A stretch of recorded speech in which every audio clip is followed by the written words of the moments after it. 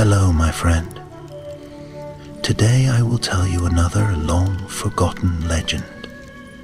Close your eyes and let the magic transport you to Middle-earth. Our journey begins.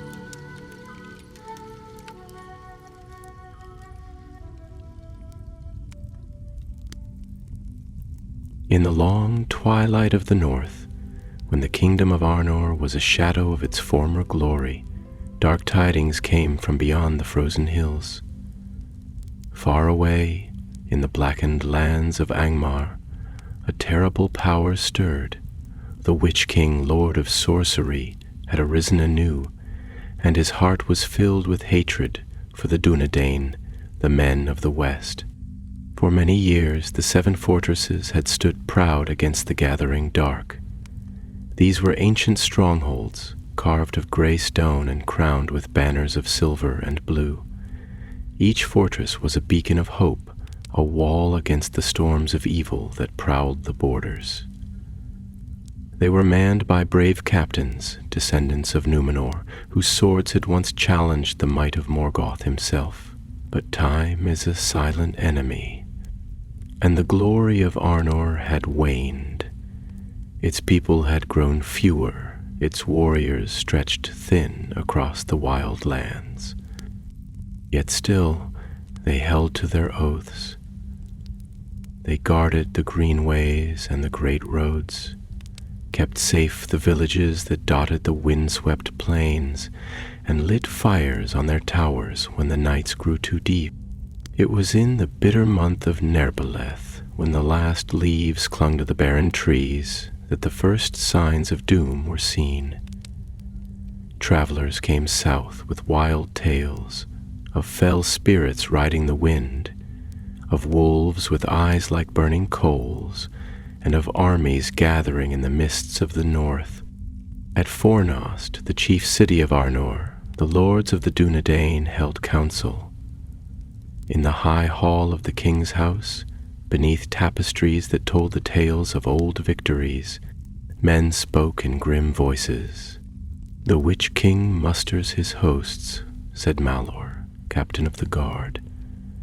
His mail was bright, but there were gray strands in his hair. "Already he has sent out spies and saboteurs. The northern watchtower reports fires on the hills, and strange voices cry in the night." Elendur, the king's heir, stood beside him, his hand resting upon the hilt of his sword, Silmarillion. His eyes, keen and sad, swept the gathered captains. "Then let us be swift," he said. "The 7 fortresses must be warned, their gates must be sealed, their walls strengthened. If they fall, the heart of Arnor is laid bare."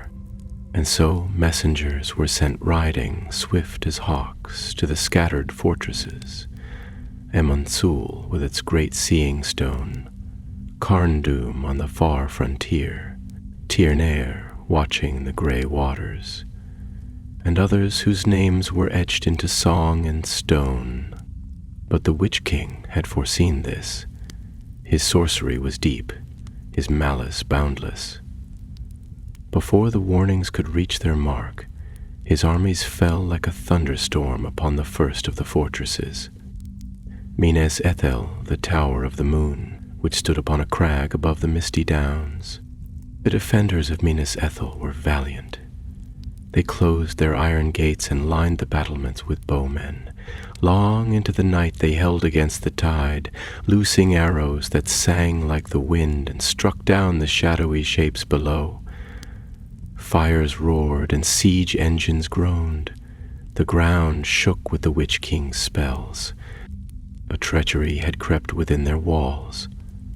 A man, thought to be faithful, opened a hidden gate in the darkest hour before dawn.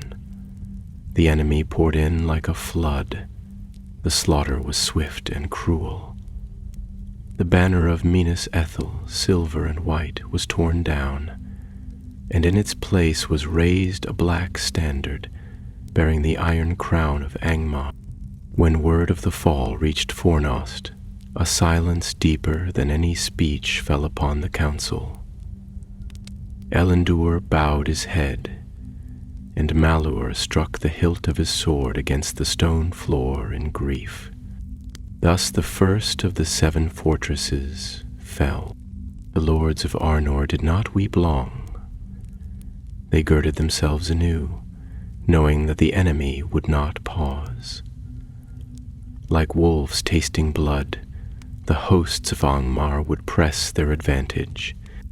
Already beyond the snowy ridges, a second army stirred, blackening the land like a crawling shadow. At Caer Diran, the second fortress, the horns had sounded. Watchfires burned high into the night. Captain Berion, a hardy lord of great renown, stood upon the battlements, his cloak snapping in the wind.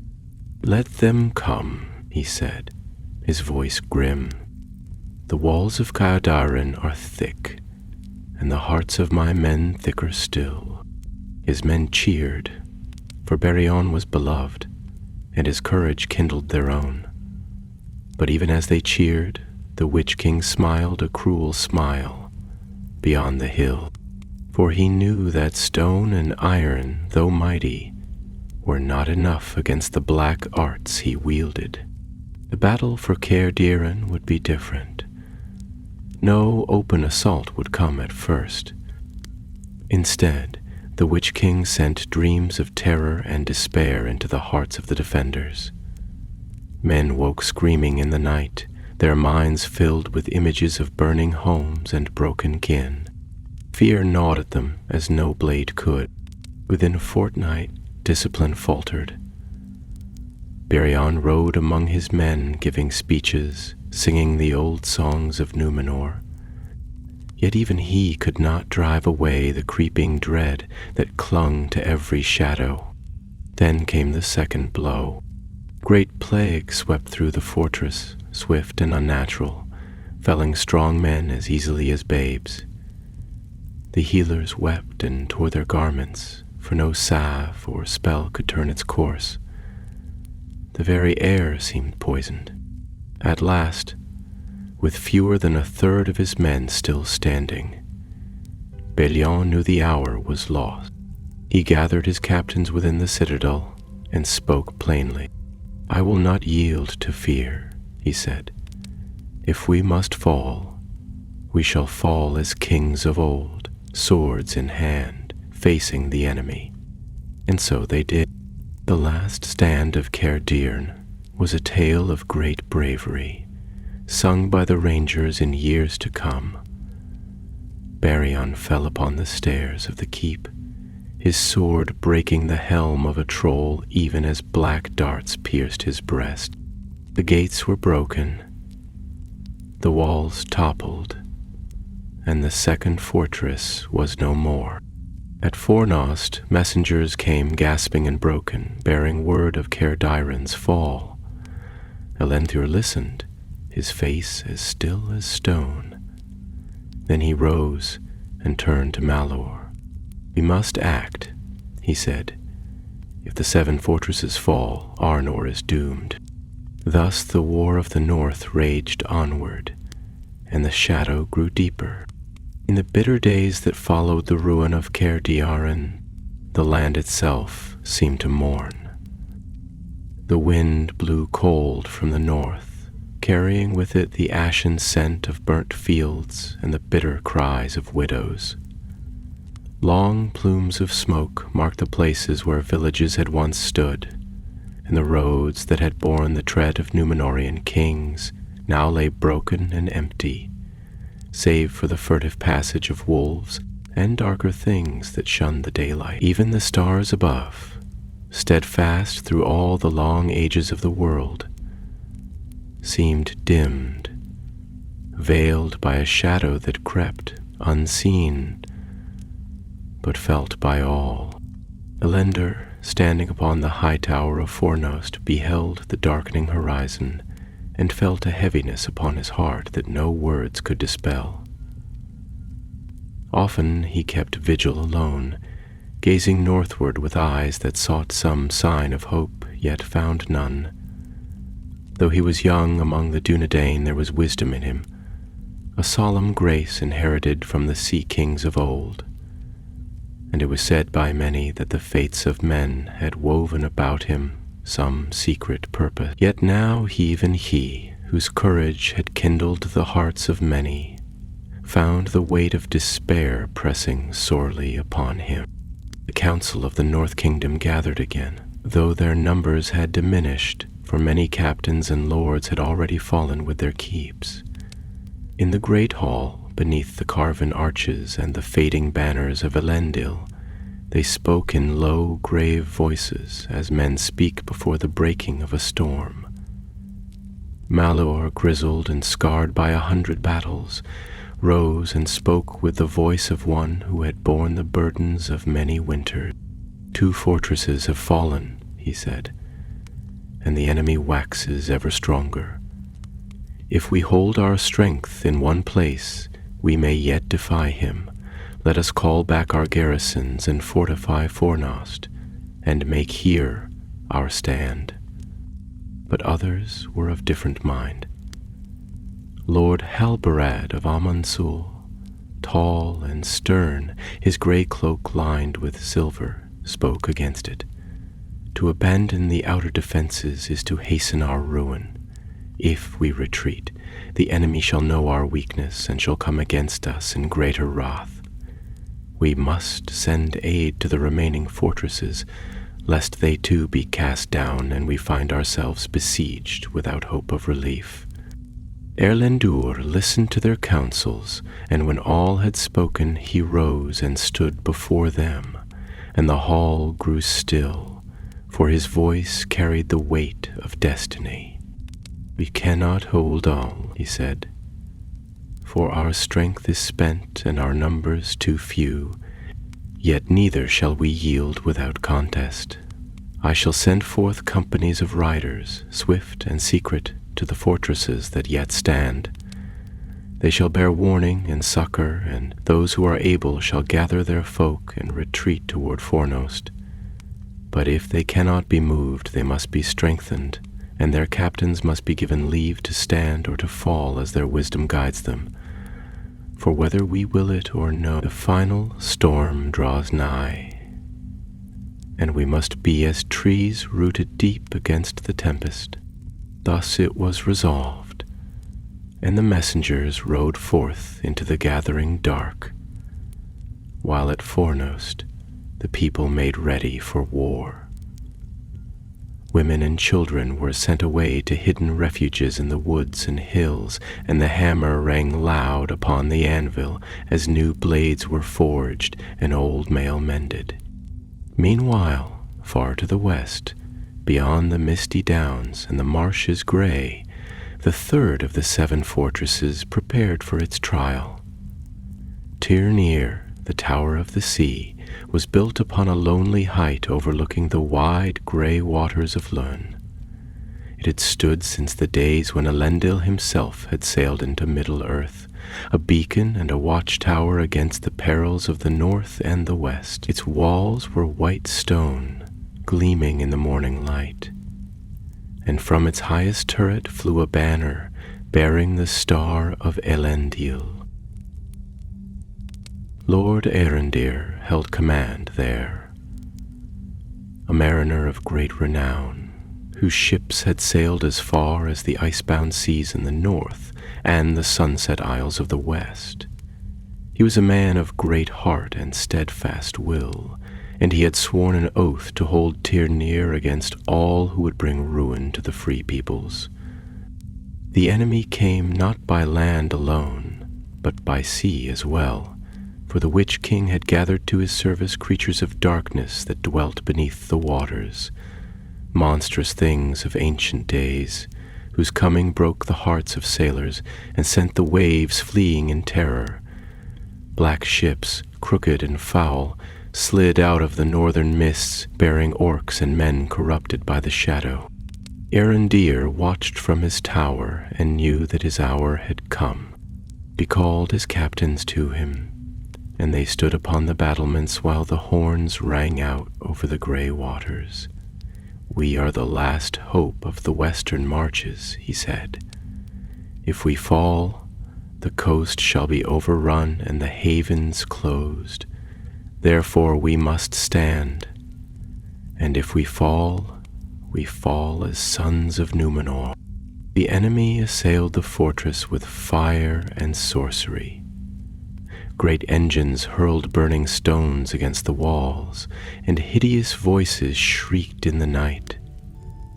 Yet the defenders fought with all the strength of their proud heritage, and for a time, it seemed, they might withstand the tide. Days turned to weeks, and the siege dragged on. Supplies dwindled, and the wounded outnumbered the hail, yet still the men of Tirnir stood firm, singing songs of the sea and the stars, even as the enemy battered at their gates. But the Witch King had reserved a darker stratagem for this place. In secret, he had commanded that a great spell be wrought, binding the very waters against the defenders. One night, when the moon was shrouded and the winds were still, the sea itself rose in fury. A black wave, taller than the highest tower, thundered against the cliff and the walls, shattering stone as though it were glass. Ir fell beneath the waters, and with it perished Lord Arondir and all his men. It is said that their spirits still sail the grey seas, guarding the coasts against the darkness, even in death. Thus the third fortress was lost. When news of Tirnir's fall reached Fornost, great wailing arose, and even the most stalwart hearts faltered. Yet Elendor did not despair.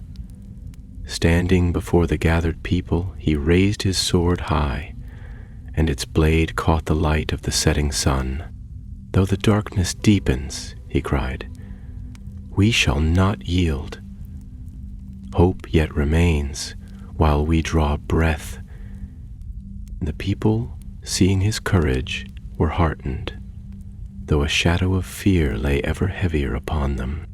So the war raged on, and the Witch King's laughter echoed across the ruined fields of the north.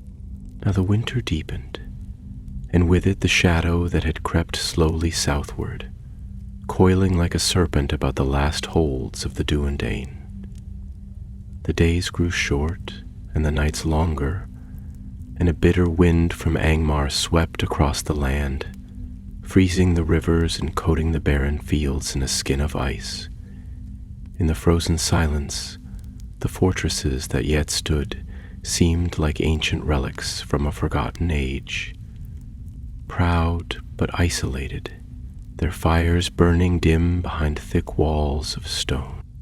Among these stood Amansul, the watchtower of the wind, most renowned of the seven, for within its high chamber was kept one of the Palantiri, the seeing stones that the lords of old had wrought with wisdom and might. Upon its summit, the tower caught the first light of dawn and the last rays of sunset, and from its heights one could gaze far across the leagues of Arnor, even unto the misty marches of the Barrow Downs and the tumbled hills beyond. Here ruled Lord Arveleg, son of Argeld, a man of great lineage and stern valor, whose forefathers had worn the crown of Arnor in days when the kingdom stretched unbroken from the Lune to the Weather Hills. In Amansul he had gathered what strength he could muster, calling to his banners the rangers of the north and the hardy folk of the hill country. They came in twos and threes, grim and silent, their faces weathered by wind and toil, yet their hands steadfast upon spear and sword. For though the line of kings was broken and the realm divided, still there lived in the hearts of the Dunedain a memory of the ancient pride, and a fire that would not be easily quenched. Word reached Arveleg of the fall of Tirnir, and of the dark hosts that now roamed unhindered across the western shores. Though sorrow weighed heavily upon him, he set his heart like steel against despair and made ready for the siege he knew must come. The gates of Amon-Sul were barred, the walls manned night and day, and great stores of food and water laid up within the fortress. Messengers were sent forth by secret ways to warn the scattered villages and call for aid, but few were they that answered, for the land was already scoured by the Witch King's minions. Then, upon a night of blackest frost, the hosts of Angmar came at last to Amon-Sul. They poured across the frozen plains in countless numbers, like a dark river bearing torches that flickered like malevolent stars. Their banners bore the sigil of the Iron Crown, and in their van rode creatures of terror, trolls clad in mail of black iron, wargs whose eyes glowed red in the gloom, and men twisted by sorcery, whose souls had long since been given over to shadow. The first assault came with the rising of the blood moon, a terrible onslaught that shook the very stones of the tower. Arvalage stood upon the battlements, clad in mail that gleamed like silver in the torchlight, and at his side was his chief captain, Durhale, whose voice rang like a trumpet above the clash of arms. They drove back the first wave, casting down ladders and setting fire to the siege towers, and the defenders cheered, for their courage was not yet broken. But the Witch King was cunning, and he knew that brute force alone would not carry the day.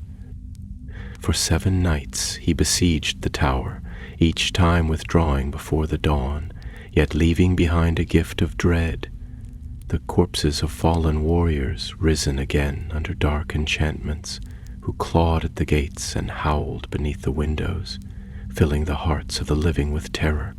Dreams of madness plagued the defenders, and many grew faint-hearted, believing the tower to be cursed. Arvalech, perceiving that the spirit of his people was failing faster than their strength, resolved to strike a blow against the enemy before the siege could strangle them completely. Gathering a company of his bravest knights, he rode forth from the gates at midnight, a sudden sortie under the cover of a storm that had risen from the west. They fell upon the enemy with great fury, cutting down captains and shattering the engines of war, and for a moment it seemed that the tide might be turned. But the Witch King was waiting. In the heart of the battlefield he stood, a tall and dreadful figure, cloaked in shadow, his crown of iron gleaming coldly above unseen brows. In his right hand he bore a great sword, wreathed in sorcery, and his voice was as a chill wind that scourged the soul. "Come forth, son of Argaleb," he cried, "and meet thy doom." Arvalech, though his heart quailed, did not falter. With a cry he charged, his blade shining with a light that defied the darkness. They met in the midst of the ruin, sword against sword, light against shadow. Long they strove, and the earth trembled beneath their blows. Yet mortal strength could not long withstand the power of Angmar, and in the end Arvalech fell, his sword broken, his shield sundered. His knights, seeing their lord cast down, fought desperately to recover his body, and by great valor they bore him back within the gates. But the heart of the tower was broken. That very night, the Witch King unleashed a sorcery more terrible than any yet seen, a black fire that consumed stone and flesh alike, licking up the walls of Amon-Sul as though they were dry wood. The tower fell, and with it the Palantir was lost, though none knew whither it had gone, save perhaps the enemy himself. Thus perished Amon-Sul, the greatest of the 7 fortresses, and the hope of the north grew dim indeed. At Fornost, when tidings of this ruin were brought, the people wept openly, for they had loved Arvalech, and the loss of the Seeing Stone filled them with foreboding. Elendor withdrew to the halls of his fathers, and there communed long with Malor and the wise among the Dunedain. for they knew now that the Witch King would not be turned aside, and that soon he would cast his full might against Fornost itself. Yet even in that darkest hour, the spirit of the Dunedain did not wholly fail, for among them were still those who remembered the pride of Númenor and the long defeat they had waged against the Shadow. They knew that though towers might fall and kings perish, yet the seed of hope could not be wholly destroyed, while even one remained to carry it. And so they made ready for the days to come, grim and unyielding as winter deepened its grip upon the dying kingdom. The snows fell heavily upon the hills of Arnor, cloaking the land in white silence, as if the world itself sought to hide from the sorrow that spread like a stain across the kingdom. In hidden valleys and forested glens the folk of the Dunedain kindled small fires and spoke in hushed voices, fearful that even their words might summon the dread hosts of Angmar. Yet in the strongholds that still remained, the captains and warriors held their vigil, for they knew that the Witch King would not allow them long to mourn the fall of Amansul. Upon the eastern marches, where the wild lands stretched toward the Weather Hills, stood Barad Gwyron, the tower of the wind's cry, named for the fierce storms that beat unceasingly against its lonely walls. Though it was lesser in fame than Amansul, its position was of great import, guarding the eastern approaches to Fornost. Here ruled Lady Findulois, a woman of proud bearing and unbending will, sister to Arvaleg, and a beacon of hope to those who yet resisted the encroaching dark. When the tidings of her brother's fall were borne to her by the last desperate riders of Amansul, she did not weep nor break in spirit, but instead she arrayed her garrison for war.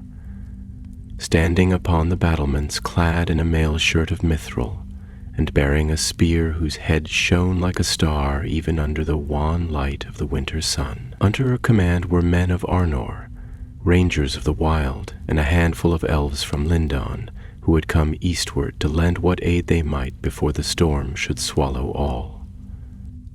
The Witch King, learning of the strength yet hidden within Barad Gwyron, sent forth a host to break it, greater in number than any yet dispatched. They came in a black tide, orcs and fellmen mingled together, their banners tattered but their will sharpened by the cold and by the malice of their master. They ringed the tower in a siege of fire and steel, and the air was filled with the ceaseless din of drums and the wailing of harsh horns. Lady Findula stood upon the high tower and beheld the darkness that had come against her, yet no fear touched her countenance, and her voice, clear and proud, was carried upon the wind to all who stood with her. "Let the enemy come," she cried, "for though we stand alone upon this wind-scoured rock, we are not forgotten by the Valar, nor by those whose blood flows with the memory of Númenor." Thus encouraged, her warriors fought with a fierceness born of desperation and loyalty, repelling the first assaults with bow and blade, casting down the ladders and breaking the siege engines with fire and cunning. The elves loosed their arrows with deadly precision, and for many days it seemed that Barad Gwyron might endure, a shining thorn in the Witch King's side. But the Lord of Angmar was not one to be thwarted by valor alone. From his dark halls he sent forth a new terror, a creature of ancient days, wrought by Morgoth in the elder times, and hidden in the deep places of the world. It was a fell beast, vast and winged, whose cry could turn the bravest heart to ice, and whose breath was a pestilence that withered stone and flesh alike. Upon a night of bitter cold, when the stars were veiled and the moon rode low and sickly in the sky, the creature came, descending from the heavens like a thunderbolt. Its wings blotted out the stars, and its coming was heralded by a shriek so dreadful that many who heard it fell senseless upon the ground. With talons like iron hooks it tore at the battlements, and its jaws gaped wide to vomit forth black fire against the walls. But Aelus, seeing that no mortal weapon could prevail against such a foe, gathered her captains and made ready for a final stand. Together they ascended the tower, carrying with them the most ancient relics of their house, lest they fall into the hands of the enemy. Upon the pinnacle they lit a great beacon, a flame of defiance, whose light could be seen from the far hills, where the last rangers watched and wept. Then the creature fell upon the tower with all its fury, and the stones themselves shuddered under its assault. Finduilas, undaunted, cast her spear with all her strength, and it flew true, striking the beast upon the eye. It gave a scream that shook the mountains, and for a moment it reeled, but the wound was not mortal, and with a final stroke of its wings it smote the tower to ruin. Thus perished Barad Gwyran and Lady Finduilas, who stood to the end against the dark, and whose name is remembered in song by the few who survived those bitter days. When news of this loss came at last to Fornoost, borne by a handful of rangers who had escaped the ruin, there was a great silence among the people. Even the children ceased their play, sensing in their hearts the weight of the tidings. Elendor wept openly, for he had loved Finduilas, and he knew that with her fall a light had gone out that would not easily be rekindled. Malor, grim-faced and weary beyond his years, spoke to the gathered council, his voice low but resolute. 4 fortresses have fallen. The enemy draws ever nearer. Yet while we breathe, we shall not yield.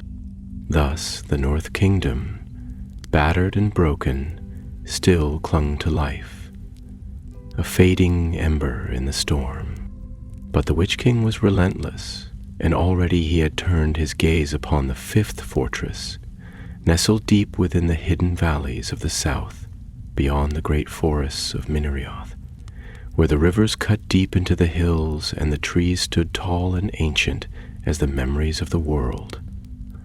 There lay the hidden valley of Ninuil, and there upon its northern shore rose the fortress of Tau Barad. It was a stronghold seldom spoken of in the great tales, for it was a place of quiet strength, built not for glory but for endurance, and those who dwelt within its walls were the wardens of the wild places, the guardians of the forgotten paths. At Tower Barbad ruled Lord Brigolus, a man of few words and steady hand, whose loyalty to the house of Elendil was, as the roots of the mountains, deep and unshakable. His people were hardy and close to the land, woodsmen and hunters who knew the secret ways of the forest, and whose eyes were keen to the movements of the enemy. They had held back the incursions of Angmar for many years, striking from shadow and mist, ever retreating before the great hosts, but never wholly yielding, and their defiance was a thorn that the Witch King now turned his malice to remove. Long before the dark banners were seen upon the hills, Brigolus knew that the storm was coming. The trees whispered warnings in the night, and the beasts of the forest fled southward in silent terror. Strange lights moved in the sky, and the stars themselves seemed to tremble at the approach of the great evil. Summoning his captains, Brigolus spoke with a calm that belied the grimness of his tidings. "The tide is upon us," he said. "We cannot stand against it in open battle, nor can we hope for rescue. Therefore, we must fight as we have always fought, with cunning, with patience, and with a fire in our hearts that no darkness can quench." Thus he set his people to prepare, not merely to defend the fortress, but to vanish into the land itself, to wage a war of shadows against the hosts of Angmar. The walls of Tor Barad were strengthened, the stores laid deep in secret caverns, and the women and children were sent away by hidden paths to the safety of the southern woods. Yet the warriors remained, grim and silent beneath the eaves of the forest, awaiting the hour when their strength would be tested. When at last the vanguard of the Witch King's army appeared upon the northern ridges, it was not in the form of great battalions or thundering engines of war, but rather as a creeping tide of darkness, spreading through the trees like a poison, silent and deadly. Wraiths and corrupted beasts, things unseen by mortal eyes for many ages, slithered through the undergrowth, seeking the hidden defender. Black sorcery befouled the rivers and tainted the air, so that even the hardy men of Tor Barad found their strength failing and their hearts growing heavy with dread. For many days and nights the siege was not of walls, but of the spirit.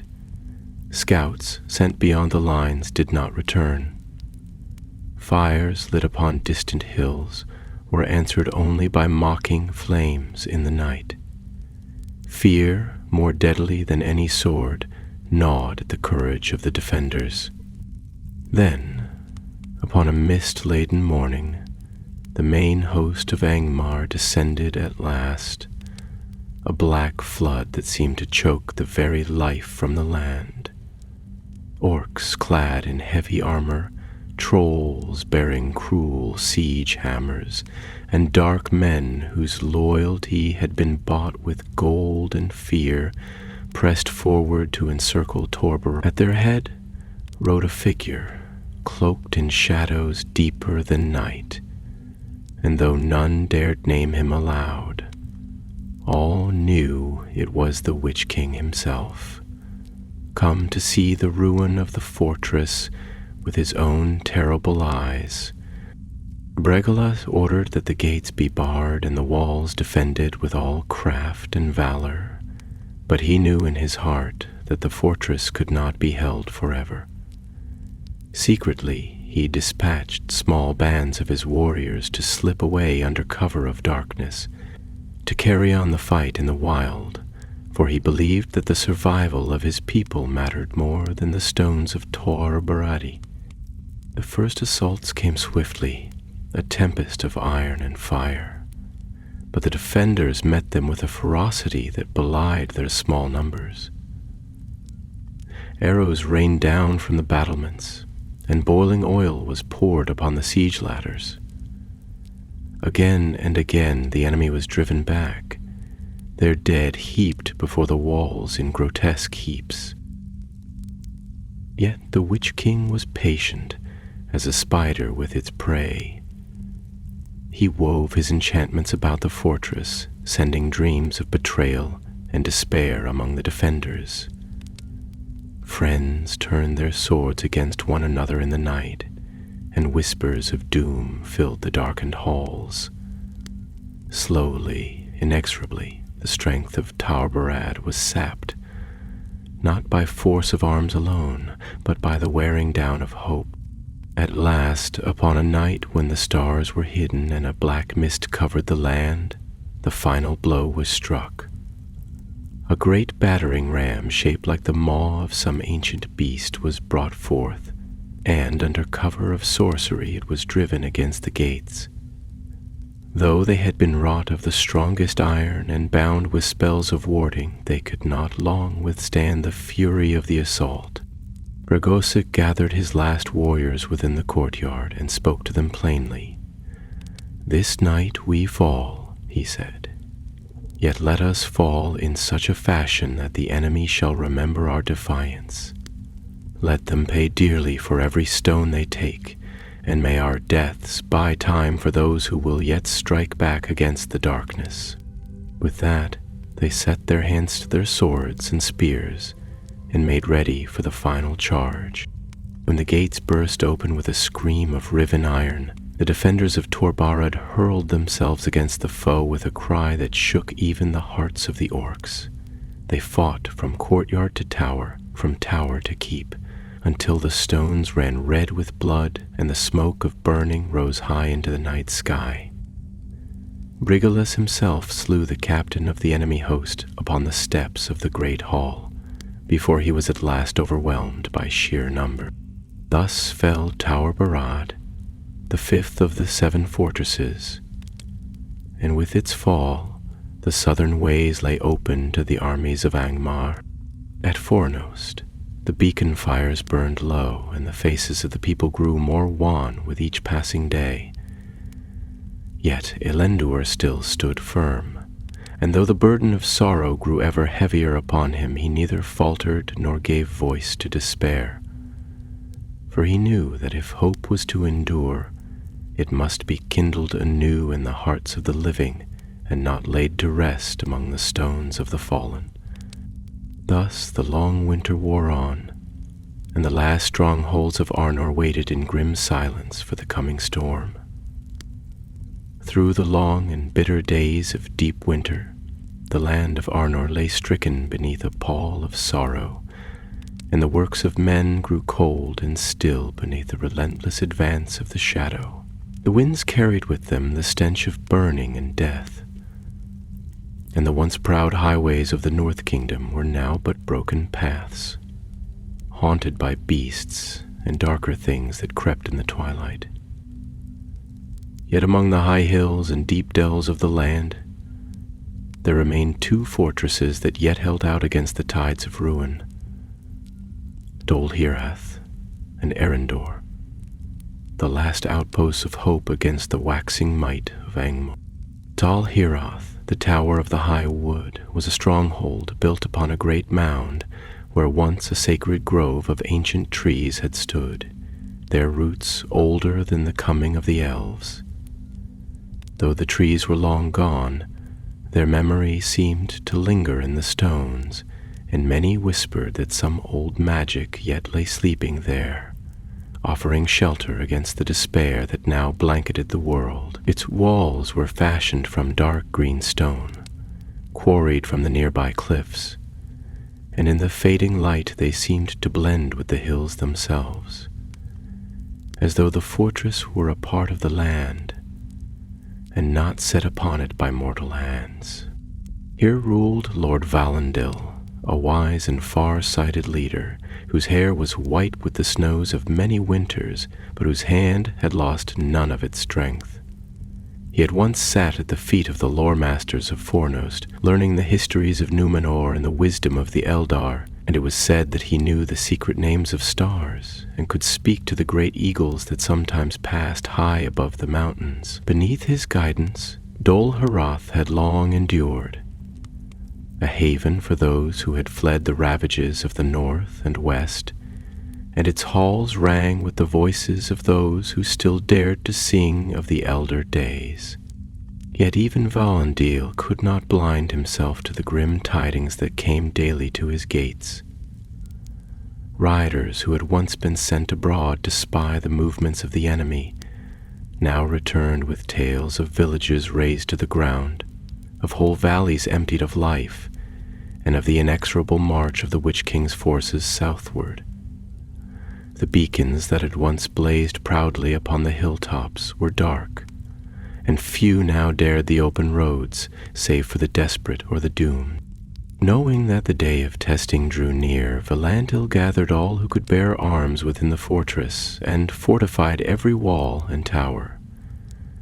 Great cauldrons of boiling pitch were prepared, hidden wells were unsealed, and secret tunnels opened to provide a means of escape or counterattack should the walls be breached. The people labored without rest, for they knew that their survival depended not only upon strength of arms, but upon cunning and resolve.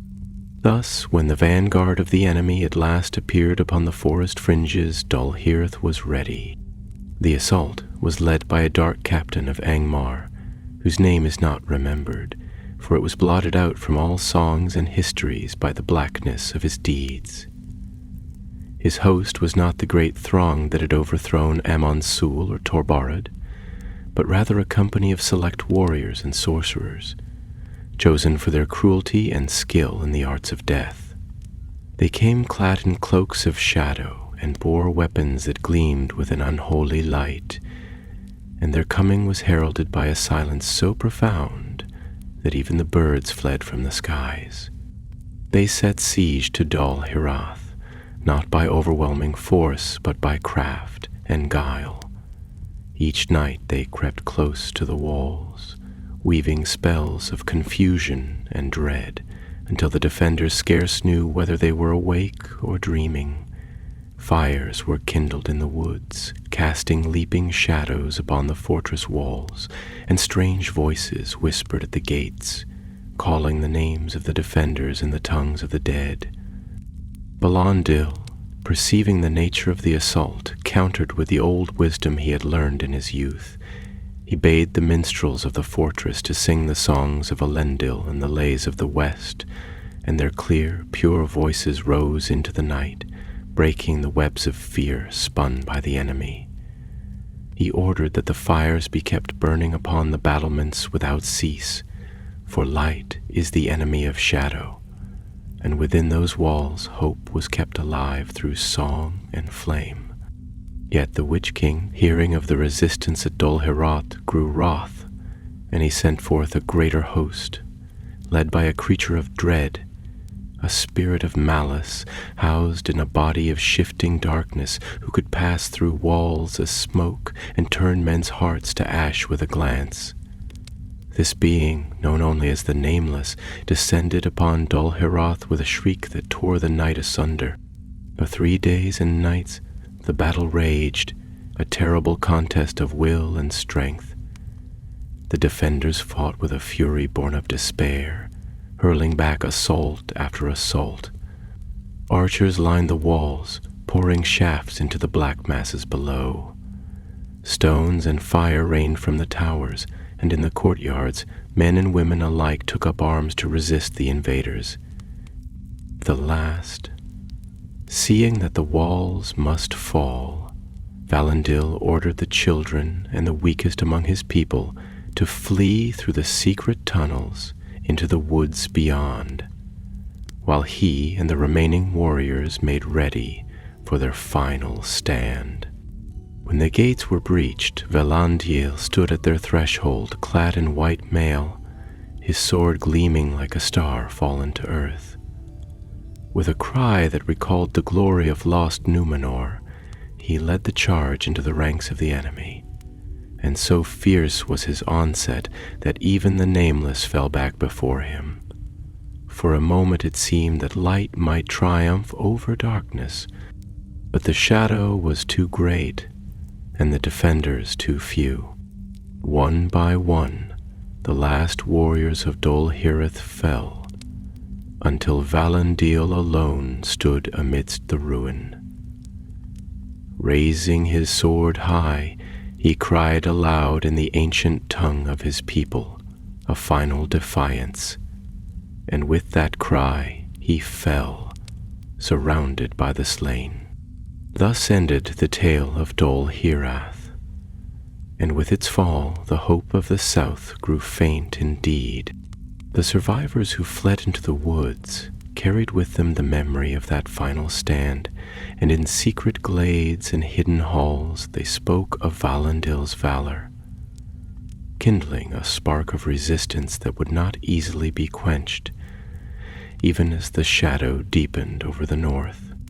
At Ornost, the bells tolled in mourning, and Elendur, standing before the dwindling council of his captains, knew that the last walls were falling, and that soon the final trial of the North Kingdom would be at hand.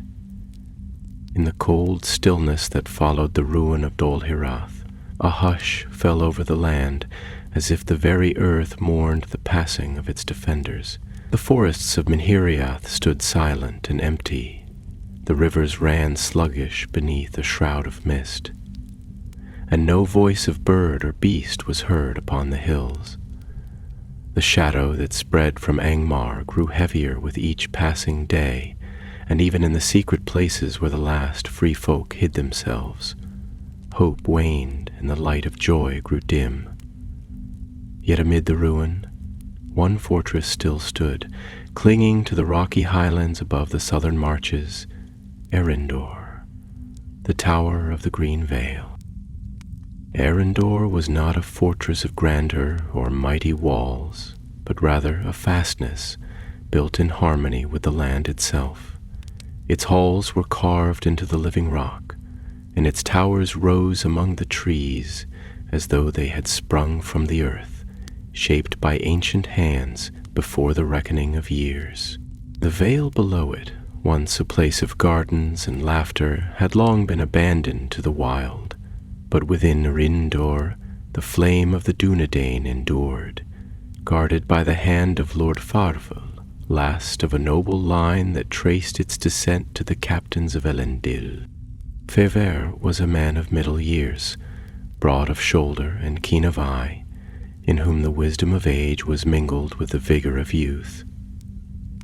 He had long prepared Eredor for siege, knowing that the day would come when the north would no longer shield him, and his people were few but steadfast, their hearts hardened by many trials. They had watched the fall of their sister fortresses with sorrow and grim resolve, vowing that they would not be taken unawares when the hosts of Angmar at last turned their gaze upon them.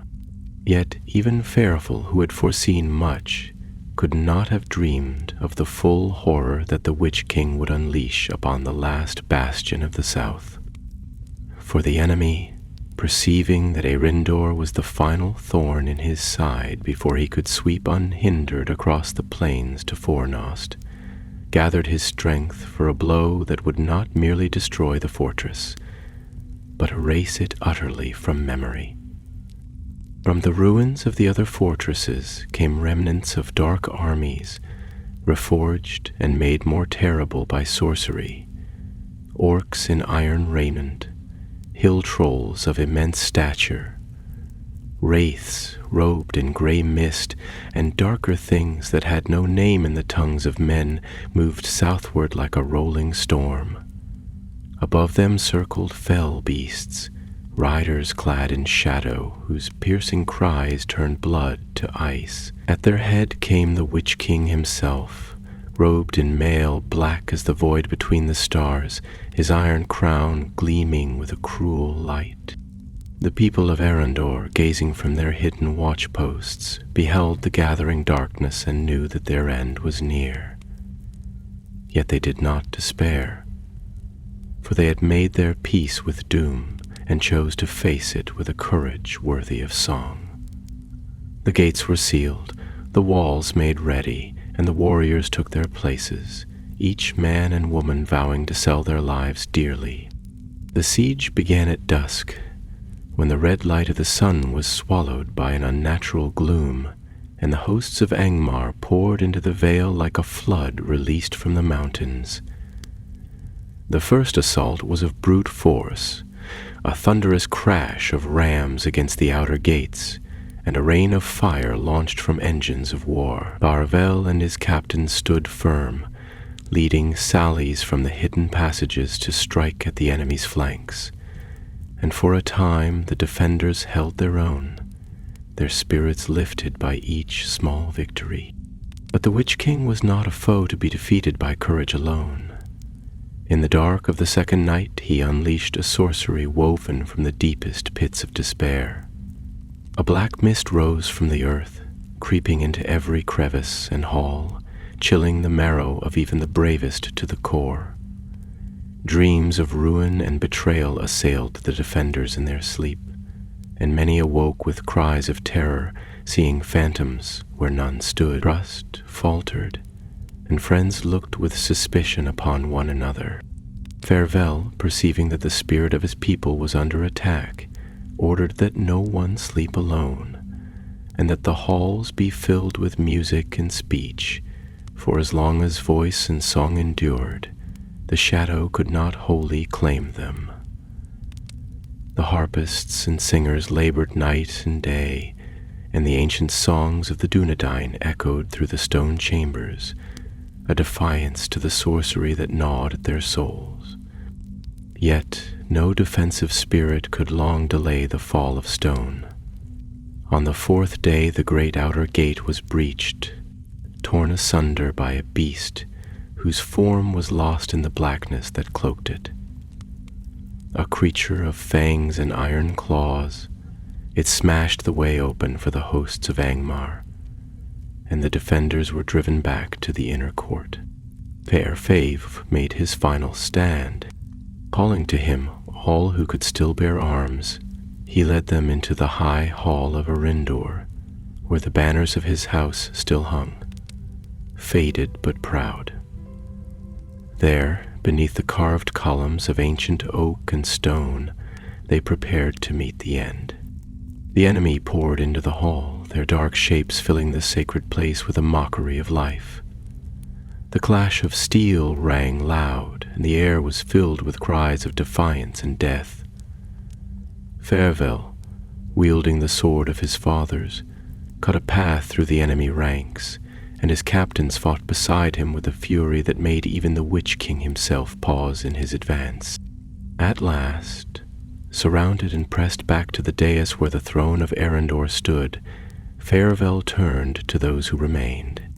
"Let the last stand of Arindor be worthy of our fathers," he said. "For even in ruin, honor endures." With that, he raised his sword in salute, and with a cry that rang through the shattered halls, he led the final charge. They fell, one by one, each cut down in turn until Fairvel alone stood against the Witch King. The Lord of Angmar raised his black blade, and in that moment, all light seemed to die. Thus fell Arindor, the last of the 7 fortresses, and the way to Fornost lay open. Now came the final dread upon the North Kingdom, for with the fall of Arindor there remained no barrier between Fornost and the black tide of Angmar.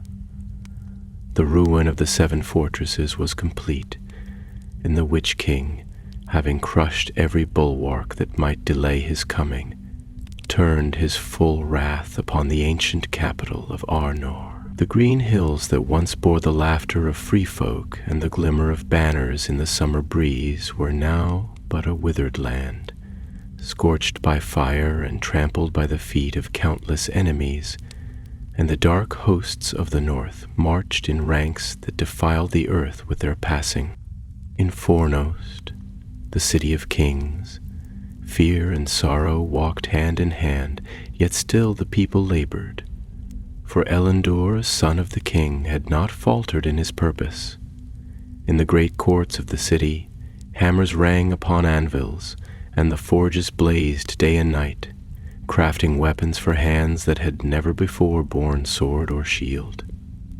Young and old, men and women alike, were gathered to the defense, for none could now stand apart from the coming battle. The streets that had once echoed with music and the busy life of trade now bristled with barricades. The gardens of the houses were torn up for firewood, and the grand fountains ran dry, their waters stored against the siege to come.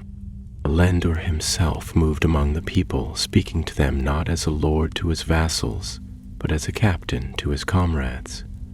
Clad in a simple hauberk of bright mail and bearing the sword Narsillion at his side, he gave strength to many who might otherwise have given in to despair. In him the blood of Elendil ran strong, and the memory of Numenor seemed to stir anew, so that even the oldest of the Dunedain looked upon him with wonder, and whispered that perhaps, even in this dark hour, hope was not wholly lost. Malo, captain of the guard, stood ever at Elendor's side, grim and tireless, his sword hand never far from the hilt. Together they oversaw the fortifications of Fornost, strengthening the walls with timber and stone, setting watchfires upon the towers and drilling the defenders in the arts of war. The city's gates were reinforced with iron bands and bolts, and within the citadel the relics of old were gathered, lest they fall into the hands of the enemy should the worst befall. Messengers were sent to the scattered remnants of the people in the countryside, calling all who could still fight to rally to Fornost. But few answered, for the land between had become a barren waste, prowled by wraiths and wolves. Even the rangers, who once roamed freely through the wilds, found themselves hunted like deer in the deep woods, and many perished unseen, their names known only to the stars. Yet despite all preparations, Elendor knew in his heart that the strength of Fornost was not enough to withstand the full might of the Witch King. In secret council he spoke with Maelor and the few captains who remained, and there in the high chamber of the king's house, beneath the faded banners of Arnor's former glory, he laid bare the grim truth. "We cannot hope to hold the city if the Witch King brings his power against us," he said. "He has broken the 7 fortresses, he has scattered our people, he has darkened the land from the misty mountains to the sea. No wall of stone, however strong, can stand against such might for long." Malar, whose face was lined with sorrow and fatigue, answered him, "Then what would you have us do, my lord? If we abandon Fornost, we lose the heart of our realm, and all that remains of our people's hope." Elendor looked out from the high windows of the hall across the rolling hills now wrapped in mist and shadow, and his voice, though low, was clear. "We shall not abandon Fornost," he said. "We shall stand and fight, and buy with our lives whatever time we may, that the last remnants of our people may escape into the wilds. The seed of the Dunedain must endure, though the tree fall in ruin. In secret shall our heirs wander, hidden from the enemy's sight, until a day comes when the west wind blows again and hope is reborn." Thus was the grim purpose set, and the captains, though their hearts were heavy, swore their oaths anew and made ready for the final defense. Riders were dispatched by secret ways to carry the young and the helpless to the distant havens of the south and west, where the shadow had not yet fallen in full. Elendor bade farewell to those he loved, knowing he would not look upon their faces again, and returned to the walls to await the coming of the storm. It was upon the eve of the spring equinox, when the last snows melted into the rivers and the first pale blossoms dared to unfurl upon the thorny boughs, that the armies of Angmar were first glimpsed from the watchtowers of Fornost.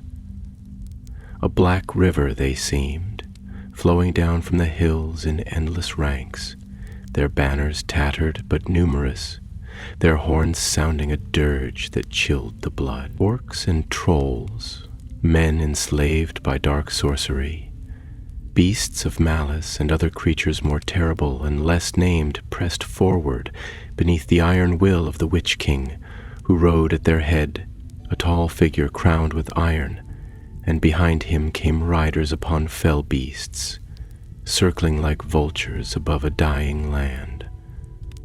The defenders of Fornost stood upon the walls, their hearts beating with the grim resolve of those who know they face certain death, yet who choose defiance nonetheless. No trembling was seen among them. No flight or cowardice marred their ranks. Rather, they set their shields and made ready their bows, and upon the battlements torches flared into life, as if to challenge the oncoming night. Elendor, mounted upon a great horse, his sword unsheathed and gleaming in the firelight, rode along the line of his warriors, speaking words of courage and remembrance.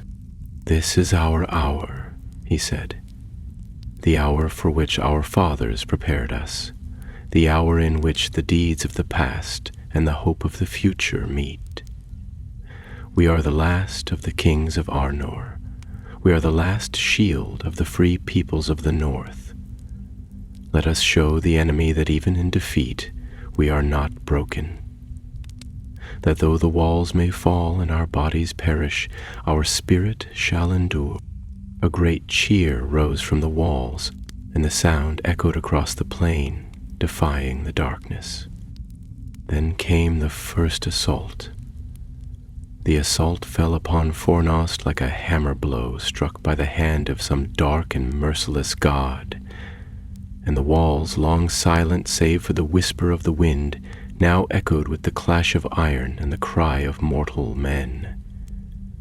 The forces of Angmar surged forward, a living tide of malice and ruin, and their assault was met with arrow and spear, with the fire of burning oil and the grim resolve of those who had nothing left to lose but their honor. On the battlements, the Dúnedain fought with a fury kindled by despair, and every stone of the ancient city seemed to groan under the weight of that desperate valor. Wave upon wave the enemy hurled against the walls, and many times they were thrown back, leaving the fields strewn with the broken bodies of orc and troll. Yet each assault sapped the strength of the defenders, each victory paid for with blood too precious to spare. The defenders of Fornost knew that they fought not for victory, but for the memory of their forebears, for the hope that somewhere beyond the ruin of their city the line of Elendil might yet endure. Through the smoke and din of battle, Alendur moved like a beacon of light, his sword flashing as he led sorties against the attackers wherever the need was greatest. At his side rode Malor, grim as a winter storm, and together they heartened the weary and drove back the enemy with a fire that seemed drawn from the very roots of the mountains. The sight of them upon the walls, calm amid the chaos, gave strength to the hearts of the defenders and filled the enemy with unease, for in them lived yet the unbroken will of Númenor. For 3 days and nights the battle raged without pause, and the fields before Fornost were turned to mire with the blood of the slain. Yet still the walls held, and the banners of Arnor yet flew, tattered but proud, defying the darkened sky.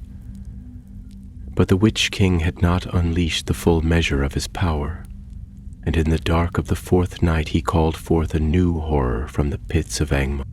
The earth trembled as a great siege engine, black as night and wrought with the craft of sorcery, was drawn forth by beasts unseen by mortal eyes. It was a ram shaped in the likeness of a wolf's head, and its maw was wreathed in flame. With terrible force it was driven against the gates of Fornost, and with each blow the very stones of the city shook, and the hearts of men quailed. Elendur, standing upon the inner walls, watched as the ancient gates, which had withstood the assaults of centuries, began to splinter and crack beneath the relentless pounding. He knew then that the hour of final trial was come. Calling to him the last of the royal guard, he prepared for the defense of the citadel itself, where the last stand of the Dúnedain would be made. The gates burst apart with a crash like the fall of mountains, and the hosts of Angmar poured into the city.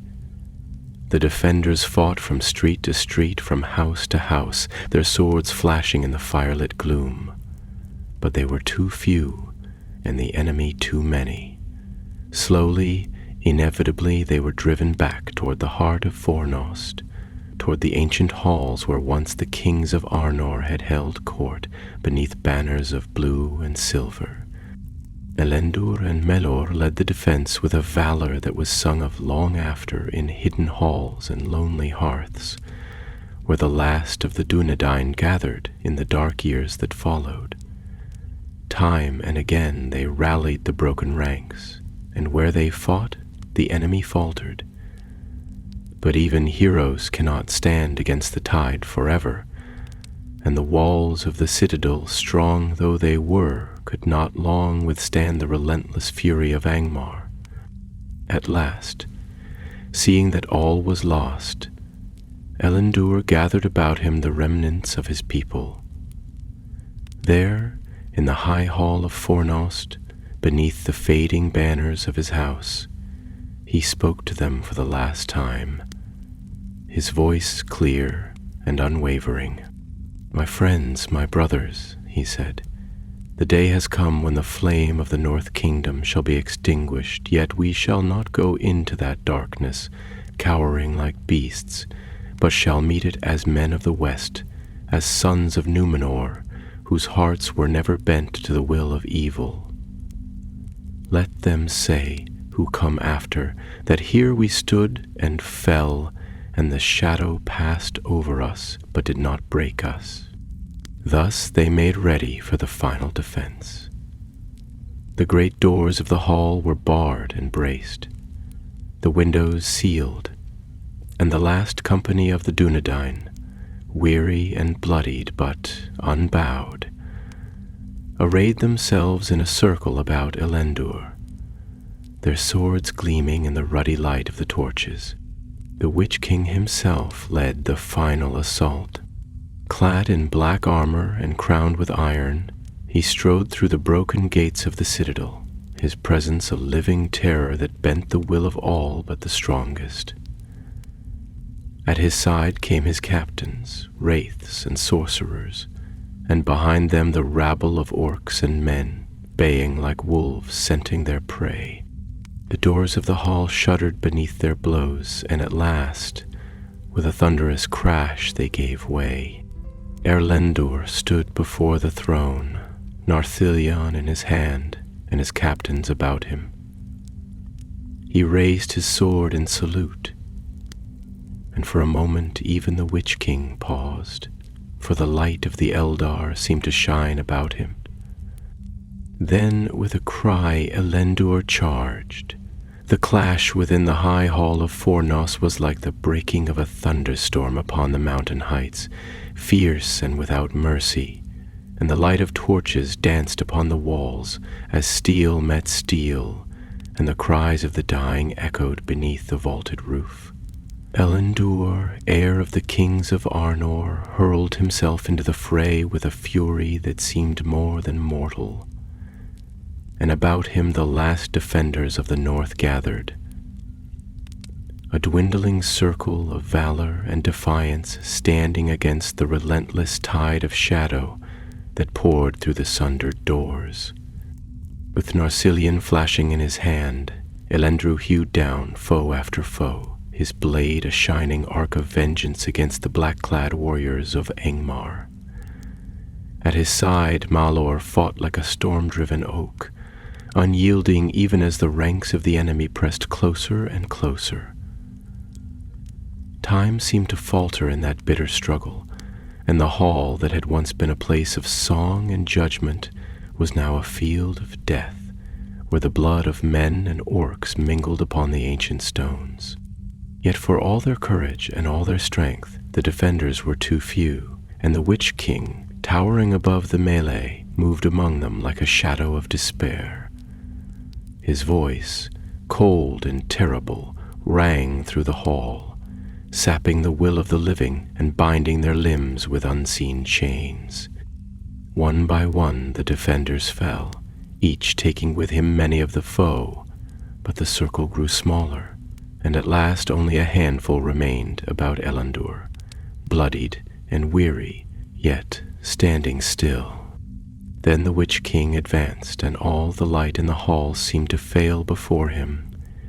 His sword, long and black, gleamed with a fell light, and his crown of iron seemed to burn with a fire not of this world. Elendil, seeing him approach, knew that his fate had come, but he did not flinch, nor did his hand tremble upon the hilt of his sword. Raising Narsillion high, he spoke in a voice that carried through the smoke and din, a voice filled with the memory of lost Númenor and the pride of the Dunedain. "Come then, servant of the void," he cried, "for though I fall, yet shall my spirit defy thee, and though this kingdom crumble, yet the line of Elendil shall not be broken." With that he sprang forward, and the two met in a clash that shook the hall to its very foundations. Long they fought, and those who beheld it spoke ever after of the might of Elendil, how he withstood the Witch King when all others had fallen, but the shadow was too great, and though he wounded the enemy sorely, at last Elendil fell, stricken by a blow that broke the very stones beneath him. Malor, seeing his lord fall, gave a cry of rage and sorrow, and flung himself upon the Witch King, seeking to avenge his king even at the cost of his own life. He struck a mighty blow that clove the black helm of one of the captains of Angmar, but ere he could strike again he was overwhelmed by the press of the enemy and borne down beneath their swords. Thus ended the defense of the high hall of Fornost, and with it the last hope of the North Kingdom. The Witch King stood over the fallen form of Elendil, and for a moment he was still, as though gloating over his victory. Then he turned away, and his dark host spread like a plague through the city, sacking and burning as they went.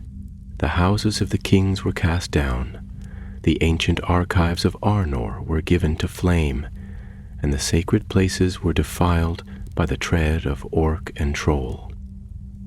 Yet even in that hour of utter ruin, hope was not wholly extinguished. For unknown to the enemy, a few had escaped the fall. Rangers and children, women and old men, guided by secret ways beyond the reach of Angmar's grasp. They carried with them the memory of their people and the seed of future resistance, a slender thread of life that would one day, in far-off years, be woven anew into the tapestry of Middle-earth. The black banners of Angmar were raised above Fornost, and the Witch King claimed the city for his own. But he could not claim the spirit of the Dunedain, which passed beyond his reach into the wilds and the hidden valleys. Thus was the final fortress fallen, and the North Kingdom was laid waste. Yet the tale was not ended, for the hearts of men are not so easily conquered, and from the ashes of their ruin would arise a new hope, though many long years must pass before the shadow would be broken and the line of the kings restored. And so ends the telling of the fall of the 7 fortresses, but not the story of the Dunedain. Long after the last fires of Fornost guttered into cold ash, and the black banners of Angmar were raised above the sundered walls, the land lay silent beneath a heavy gloom. The hills, once green and filled with the laughter of free folk, were now empty and desolate. The woods were thick with mist and the foul breath of orcs, and the rivers ran dark beneath the shadow of the Witch King. Yet though the stones of the cities were thrown down and the halls of the kings were despoiled, the spirit of the Dunedain was not broken, and in secret places, hidden from the enemy's gaze, the last of the faithful gathered. In the deep woods of Evendim, where the waters of Lake Ninulial mirrored a sky heavy with grief, the remnants of the North Kingdom found refuge. Few they were, a broken remnant, no longer arrayed in the proud arms of old, but clothed in simple raiment, carrying what little they could bear from the wreck of their homes. Rangers and hunters, women and children, old men bowed by sorrow yet unyielding in heart, all came by hidden paths to that place of shelter, drawn by the ancient call that still lingered in the land, whispering that all was not yet lost. It was here that Hirvevi, a captain of Elendil's household, and among the last to flee the sack of Fornost, took up the charge of leading the survivors. His face was lined with sorrow, and his eyes bore the shadow of all he had seen.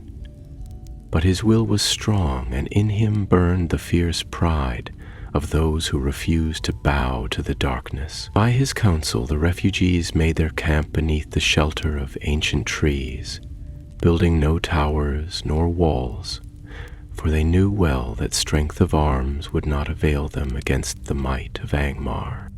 Instead, they became a people of the wild, living by craft and secrecy, moving lightly upon the land and vanishing into the mists when danger approached.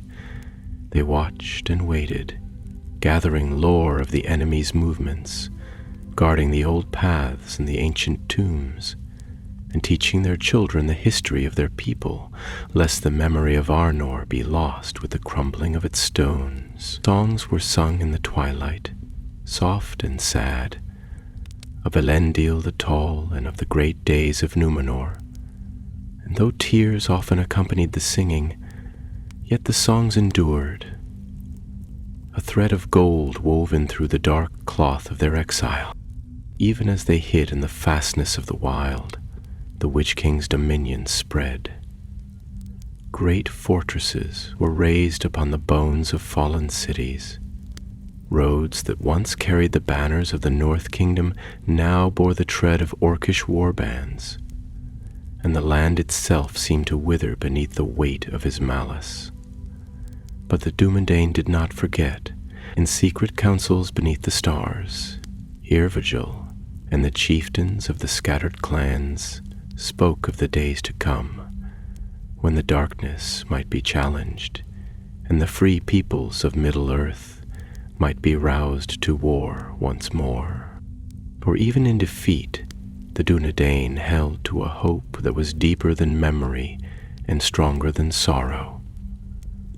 The hope that the line of the kings had not wholly perished, that somewhere, hidden from the enemy's eye, a seed had been preserved that would in time bear fruit. Indeed, few knew it then, but before the final fall of Fornost, Elendil, perceiving the end, had sent forth his young kinsman, Aranarth, a youth swift of foot and keen of mind, to flee southward with a handful of guardians. In him the blood of Elendil ran pure, and though he was but a boy when the towers fell, his heart was filled with the wisdom and courage of his forebears. By secret ways they had escaped the grasp of Angmar, passing through the ruined wilds to the lands beyond the Weather Hills, and there they bided their time, hidden among the simple folk who still clung to the old ways. Thus the line of Isildur endured, though the crown was lost and the scepter shattered. The Witch King, though he held dominion over the ruins of Arnor, could not find peace in his triumph. The land itself resisted him, and the memory of the Dunedain, though unseen, weighed upon his mind like a thorn buried deep.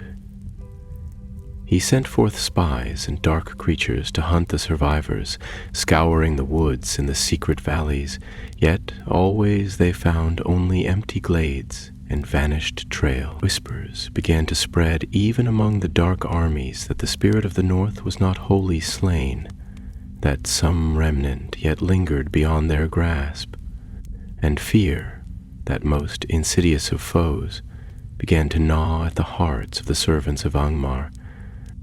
In the hidden camp by Lake Ninuyal, Hirvedal stood often upon a high ridge and gazed out across the misty waters, his thoughts heavy with the burden of all that had been lost.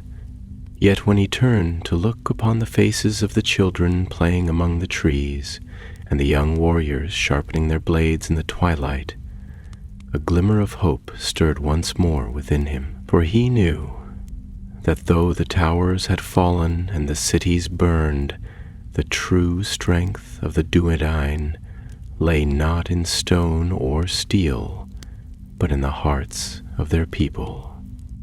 And so the seasons turned, and the long years passed, and the world grew darker.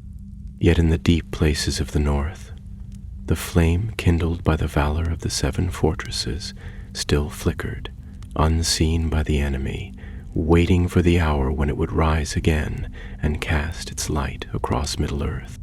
For even in the deepest night the stars endure. Thus it came to pass that the North Kingdom was broken, and the lands of Arnor fell into silence, a silence heavy with sorrow and the memory of deeds both great and grievous. The proud cities lay in ruin. The towers of watch and warning were thrown down, and the ancient roads were swallowed by forest and fen. The Witch King, seated now in the halls of Carn Dûm, ruled a realm of fear and shadow, and for many years none dared challenge his dominion over the north. Yet even in those dark times the line of kings did not utterly perish, nor did the hope of the Dunedain wither away. For the survivors, though few and scattered, kept alive the memory of their fathers and the ancient oaths sworn before the throne of Elendil.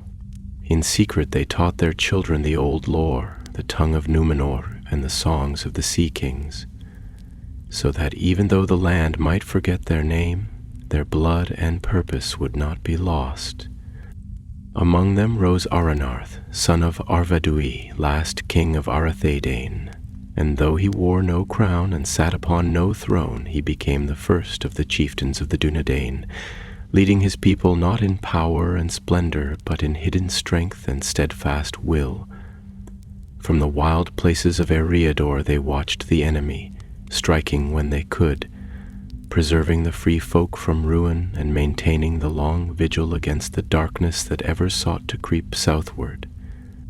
Thus a new life was born from the ashes of the seven fortresses, a life hard and full of wandering, yet not without hope. For it was decreed by the wise that the day would come, far off though it seemed, when the shadow would be broken, and the line of kings would return to heal the wounds of the north and renew the glory of the west. In secret, the rangers of the north, as they came to be called, kept the paths and guarded the borders, unseen and unsung, yet ever faithful. The sons of their line grew strong in silence, tempered like the steel of the ancient blades they bore. Though the world forgot their names and their deeds passed into legend and fading memory, they endured, for they were bound by a purpose greater than themselves, the unyielding hope that the light of the west would shine once more upon Middle-earth. The stars wheeled slowly above the silent hills, and the seasons turned from winter to spring and back again. In lonely vales and under ancient trees the rangers passed, unseen by friend or foe, speaking the old words and keeping alive the secret flame. In their hearts was a sorrow deep as the sea, but also a fire that neither time nor darkness could quench. And so, though the Witch King ruled in the north, and the lands of Arnor were a desolation, the final victory was not his. For the deeds of the Dunedain, though hidden, wove a thread of resistance through the long years of despair. Their lineage was preserved, and with it the hope of the West, as a seed buried deep beneath the snows, waiting for the day of its flowering. Many long years would pass before that day came, and many would fall and be forgotten. Yet in the fullness of time, from among their number would arise one greater than all who had come before, a king to reclaim the lost crown and renew the broken sword, and through him the north would be avenged and the darkness driven back. Therefore, though the seven fortresses fell, and the proud banners of Arnor were cast down into the dust, their spirit lived on in the hearts of the faithful, and their sacrifice was not in vain. For from ruin comes rebirth, and from ashes the fire is kindled anew. Thus ends the tale of the fall of the seven fortresses, a tale of sorrow and of hope, of loss and of endurance, woven into the long song of Middle-earth, which neither darkness nor forgetting can wholly destroy. And beyond the circles of the world, where the light of the stars is never dimmed, the memory of their valor shall endure until the ending of days.